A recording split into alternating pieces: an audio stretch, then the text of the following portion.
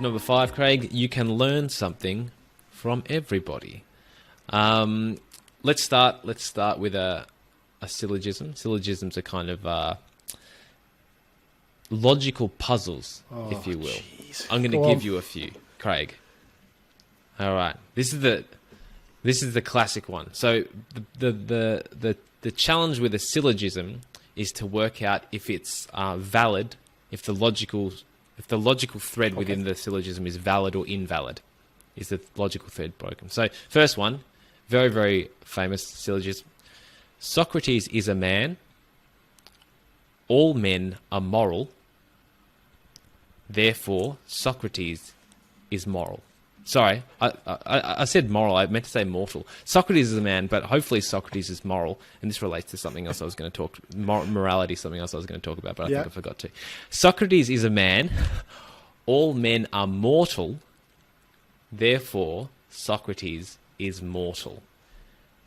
Listeners at home can play along as well. Do you think that was a logical conclusion from the two statements? Right, okay. Talk us through your thinking, Craig. Socrates is a man. That was the first one, right? Think out loud. Okay.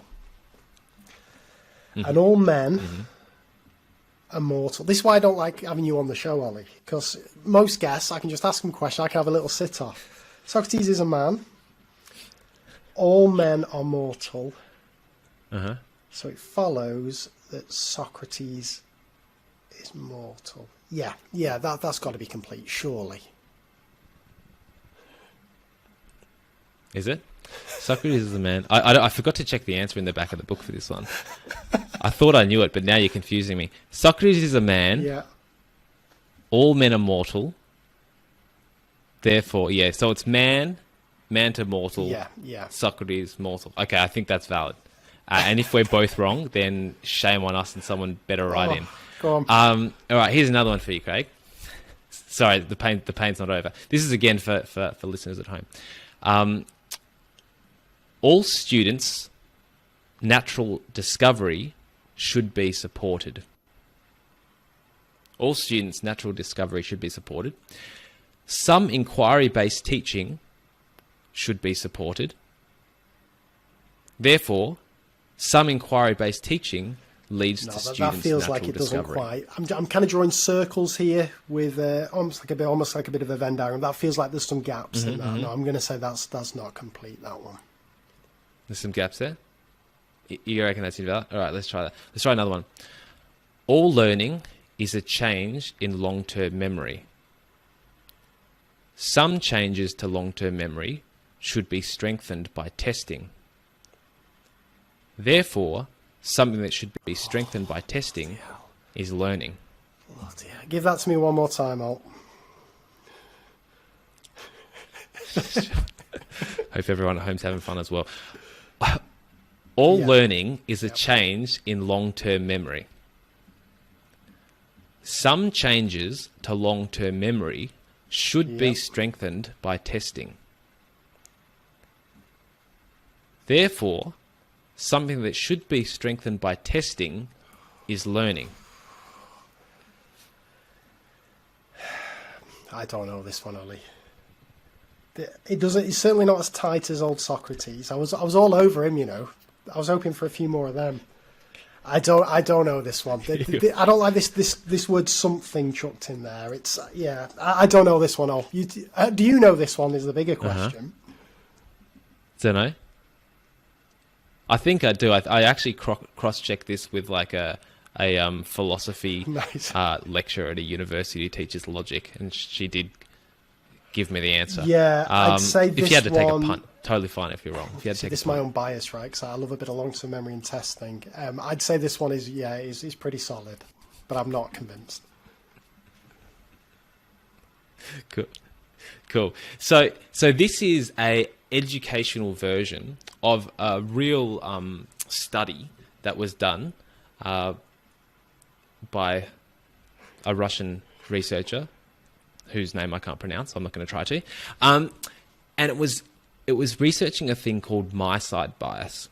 And my-side bias is our ability to evaluate the logic of statements or the validity or of research and things like that, and the influence that our prior beliefs have on our ability to objectively evaluate things. So, for you, Craig, it would be my hypothesis that you would be more likely to classify that third logical syllogism as valid based upon your priors, and less likely to classify the middle syllogism as valid because of your priors.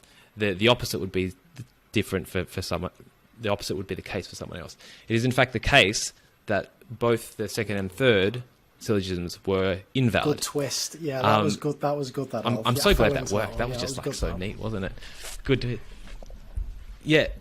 So the point here, you can learn something from everybody. What the heck do these syllogisms have?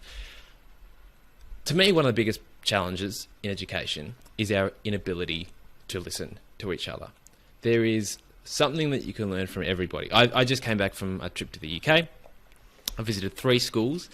They were the most different schools I could find in England. I visited the Self-Managed Learning College, which is a school with absolutely no curriculum, almost no structure. They only have structures around the kind of meeting in the morning and the afternoon. I visited XP, which does explicit instruction, but it also does expeditionary learning, and it also has a big focus on pastoral stuff. And then I visited Michaela, which is, famously the strictest school in the UK. And I learned stuff from all 3 of them, and it was great.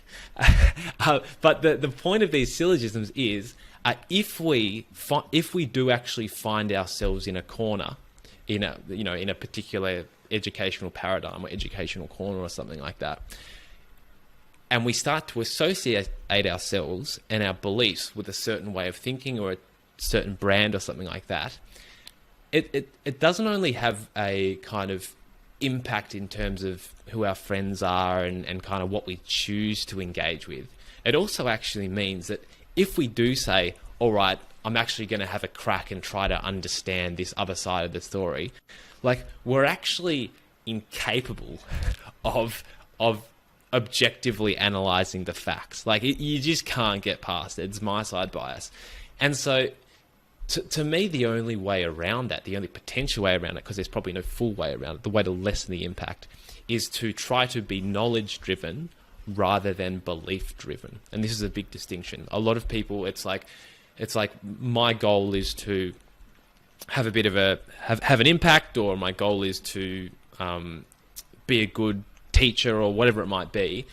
That might be a belief driven, but if we're knowledge driven, and it's like, my goal is to truly understand the mechanisms behind this, it's to truly understand, like, whether when I check for understanding, my students have learnt more or not. It's to truly understand the argument of this person I disagree with, or I feel like I might disagree with. That's the only way we can start to circumvent this. One other point on this, Dylan William has a great quote, which he said it in my podcast, and I have it in Tools for Teachers. He said, the measure of a researcher, or test the measure of a researcher by asking, what are 2 or more research results that you believe and trust, but that you do not like? I think is another great question. And he said in his case, the 2 were the importance of IQ for educational achievement, and even more depressingly, its heritability. And the second is cognitive load theory. He wished that problem solving was best taught through problem solving. So yeah, that's that takeaway. That's level 1 of that takeaway. You can learn something from everybody. The level 2 here is that change in the world often depends upon zealots, right? And I can't remember it exactly, but I think it's a George Bernard Shaw quote. Tim Ferriss is pretty fond of it. You're probably familiar with it too, Craig. It's something like, the reasonable man adapts himself to the world. The unreasonable man tries to adapt the world to himself. So that's one way to put it. And another way is, often the people who create these interesting schools, like the reason why Michaela exists and the reason why the Self-Managed Learning College exists, is because there are people out there who have such conviction about their beliefs that they're willing to put everything on the line, reputation, finances, family, relationships, to actually create something in line with those beliefs. And if everyone was pontificating about what the true answer to everything is, we probably wouldn't end up with these phenomenal schools that take completely different directions, but that actually help us to have a clear understanding of what works, or more importantly, what works for whom, under what circumstances, for what purpose, how, and compared to what, to quote Adrian Simpson, and add a little bit as well. So, being knowledge-driven is great, being belief-driven is great as well. Everybody wins, but most importantly, you can learn something from it all. So first things, I always like that mantra, find someone smart who you disagree with. I always like that, like find real smart people who have the alternate view and just try and listen to them. So there's got to be some basis to it. So I like that. And my second question, this will be my final question for you all. You mentioned those 3 schools. Just give me just one takeaway from each, something that you learned from each that maybe either surprised you or has influenced your practice. Sure. Okay. Self-managed learning college. A belief in students, in a young person's ability to self-govern, and like an unfaltering belief in that, can actually just what age unlock phenomenal things in young people. Okay. Wow. They were. I think it's like that's 9 I'd love to see to that. That's great. 16. Mm-hmm. It's a pretty interesting place. XP, XP, it's just like, if you get relationships right, so much else follows. Some would say everything else follows, but so much follows when you get that right. And Michaela, you don't know what high standards are until you've been to Michaela. Have you been there?